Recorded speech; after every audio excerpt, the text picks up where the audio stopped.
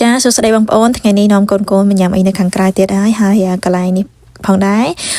ពីតាមពិតទៅពួកខ្ញុំអាសាមកទិញអីញ៉ាំនៅហ្នឹងបងប្អូនតែភាគច្រើនខ្ញុំទិញខ្ចប់យកទៅញ៉ាំនៅផ្ទះយើងទេកំងគេហើយយើងឲ្យគេច្រកហើយយើងយកទៅញ៉ាំនៅផ្ទះបងប្អូនតែថ្ងៃនេះគ្រួសារខ្ញុំគាត់ថាំងឲ្យកូនចូលទៅញ៉ាំម្ដងទៅដើម្បីឲ្យកូនវាប្លែកភ្នែកអីចឹងណាបងប្អូនហើយចឹងក៏សម្រេចចិត្តថានាំគ្នាចូលទៅញ៉ាំនៅខាងក្នុងទៅយើងមិនចាំកំងគេទេយើងមិនចាំទេកំងគេចឹងណាហើយកន្លែងនេះពួកខ្ញុំអាសាទិញអីញ៉ាំពីមុនខ្ញុំនៅចិត្តនឹងបងប្អូនតែដល់ពេលឥឡូវហ្នឹងខ្ញុំផ្លាស់ប្ដូរទៅនៅឆ្ងាយបងប្អូនប្រហែលជា40នាទីពីហ្នឹងទៅអញ្ចឹងពួកខ្ញុំអត់សូវបានមកទិញអីញ៉ាំនៅកន្លែងនេះទេព្រោះអីវាឆ្ងាយបងប្អូនហើយម្ដុំខ្ញុំថ្មីនៅ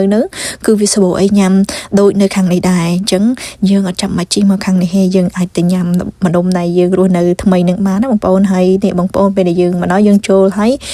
មកក្នុងហ្នឹងគឺគេឲ្យ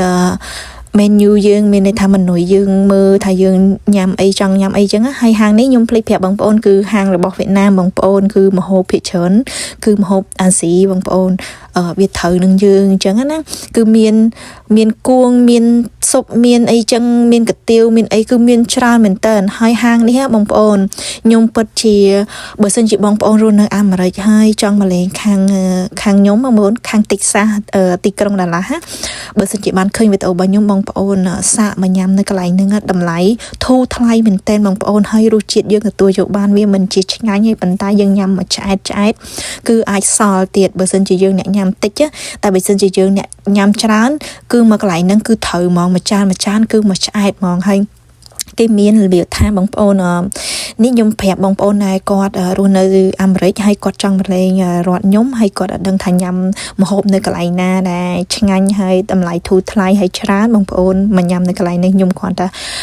recommend បងប្អូនថាកន្លែងហ្នឹងគឺថាយើងទទួលយកបានហើយនឹងហើយបងប្អូនគឺគេមានម្ហូបច្រើនមុខមែនតើឲ្យយើងជ្រើសរើសហើយដូចខ្ញុំប្រាប់ចឹងតម្លៃក៏ធូរថ្លៃហើយដូចកាទៀវអញ្ចឹងយើងទិញ2ថែម1អីចឹងណាហើយខ្ញុំបានកំងដូចជាឆាបាយហើយនឹងឆាមីហើយនឹងកាទៀវបងប្អូនយើងទិញ2ថែម1អញ្ចឹងយើងឲ្យគេខ្ចប់2ទៅយើងញ៉ាំនៅនឹង1ហើយយើងញ៉ាំបាយឆាយើងញ៉ាំមីអីនៅនឹងអញ្ចឹងណាបងប្អូនហើយភាគច្រើនខ្ញុំកំងម្ហូបនេះគឺតម្រូវកូនខ្ញុំបងប្អូនព្រោះកូនខ្ញុំគាត់ចូលចិត្តញ៉ាំបាយឆាក៏ដូចជាមីឆាហើយនឹងស្ទឹកស៊ុបមានបន្លែមានអីអញ្ចឹងណាបងប្អូនអញ្ចឹងខ្ញុំកំងនេះគឺតម្រូវតែឲ្យកូនស្រីកូនប្រុសខ្ញុំញ៉ាំអញ្ចឹងណាហើយយើងកំងទៅមកសន្ទុះគេលើកមកឲ្យយើងឲ្យបងប្អូនហើយក៏គេមានលក់ដូចជា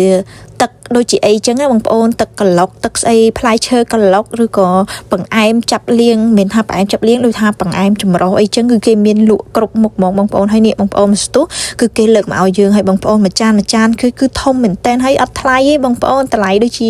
10រៀលតិចតួចអីក្នុងមួយចានហើយយើងញ៉ាំពួកខ្ញុំញ៉ាំអត់អស់ហើយបងប្អូនមិនថាមីមិនថាបាយពួកខ្ញុំញ៉ាំអត់អស់ហើយពួកខ្ញុំបានខ្ចប់យកមកផ្ទះវិញដែរព្រោះអីវាច្រើនពេកញ៉ាំសល់ហើយកូនខ្ញុំគឺគាត់ញ៉ាំមួយឆ្អែតហ្មងនេះឲ្យមកសន្ទុះទៅគេលើកបាយឆាមកឲ្យយើងបាយឆាហ្នឹងក៏ច្រើនដែរបងប្អូនគឺចានគេធំមែនតើបងប្អូននៅស្រុកអាមេរិកគឺចានធំណាស់គឺថាយើងញ៉ាំគឺយើងចម្លែកហ្មងគេថាលឹងសឹងឲ្យយើងនៅស្រុកខ្មែរកាទៀវមួយចាននៅនេះស្មើនឹងកាទៀវ5ចាននៅស្រុកខ្មែរក៏ថាបានដែរបងប្អូនមកតាមខ្ញុំប៉ាន់ស្មានទេណាបងប្អូនហើយមិនថាបាយមិនថាអីគឺច្រើនមែនតើយើងញ៉ាំមួយឆ្អែតហើយនេះកូនខ្ញុំឲ្យកូនខ្ញុំញ៉ាំមុនហើយខ្ញុំញ៉ាំតាមក្រោយព្រោះអីបងប្អូនដឹងស្រាប់ហើយយើងមានកូនទូចបងប្អូននេះកាទៀវឃើញទេច្រើនណាស់បងប្អូនហើយសាច់កាទៀវគេវិញសឹងតែអាមកកូនកញ្ចប់កាទៀវនៅស្រុកនេះបងប្អូនសឹងមកកញ្ចប់ហ្នឹងបងប្អូនគេដាក់ឲ្យយើងគឺថាមួយឆ្អែតរបស់គេមែនហើយសាច់អីក៏គេដាក់សមរម្យដែរបងប្អូនគេអត់ដាក់ត្បិតត្បៀតអីទេបងប្អូនកន្លែងហ្នឹងហើយគ្រួសារខ្ញុំគាត់យើងញ៉ាំអត់អស់ចឹងយើងចែកលេខគ្នាម្នាក់ពាក់កណ្ដាលបងប្អូនព្រោះអីវាច្រើនហើយនោះបងប្អូនខ្ញុំឲ្យគេខ្ចប់យកទៅផ្ទះ2យើងញ៉ាំអស់របៀបថាដូចនៅ buffet ចឹងបងប្អូន buffet បងប្អូនចំណាយ50-60រៀលបងប្អូនញ៉ាំតាមមួយចម្អែតហើយមួយពេលហ្នឹងឯងតែបើសិនជាបងប្អូនមកញ៉ាំនៅកន្លែងនេះបងប្អូនចំណាយខ្ទង់ប៉ុណ្្នឹងដូចគ្នាបានម្ហូបតិចមែនយើងអត់បានច្រើនដូចនៅ buffet ប៉ុន្តែយើងអាចយកមកយើងអាចសល់ហើយយើងអាចខ្ចប់មកផ្ទះបាន một pel pi pel tiết là bằng ôn nhung bờ chấm pua nhung với nhung ban pi pel tiết bằng ôn là việc tha nhưng vô một tia chống bờ lồng láng nhung vô cục sol mà hộp nâng hay cho mùi nâng cái tiêu mà tràn tới là nghĩ láng cái tiêu mà tràn thì ấy chẳng á bằng ôn cứ tha chân đánh nha bằng ôn hay nè của sai nhung còn chập đam chập đây là dương nhâm sol nữa dương vô một tục nhâm sai bằng ngày tiết bằng ôn cứ tha chân đánh chẳng á bằng ôn nhâm nơi nơi nắng á nơi ngày bằng ôn việc ở bao nhung miền tập bên nâng tê để bự nhung nằm côn từ nhâm ấy nơi restaurant nhớ chật cái lại nhưng rồi nơi muốn bằng ôn chẳng sẵn không thả bằng ôn cho chết chụpគ្នានៅវីដេអូក្រោយៗទៀតបងប្អូនអូខេបាយបាយ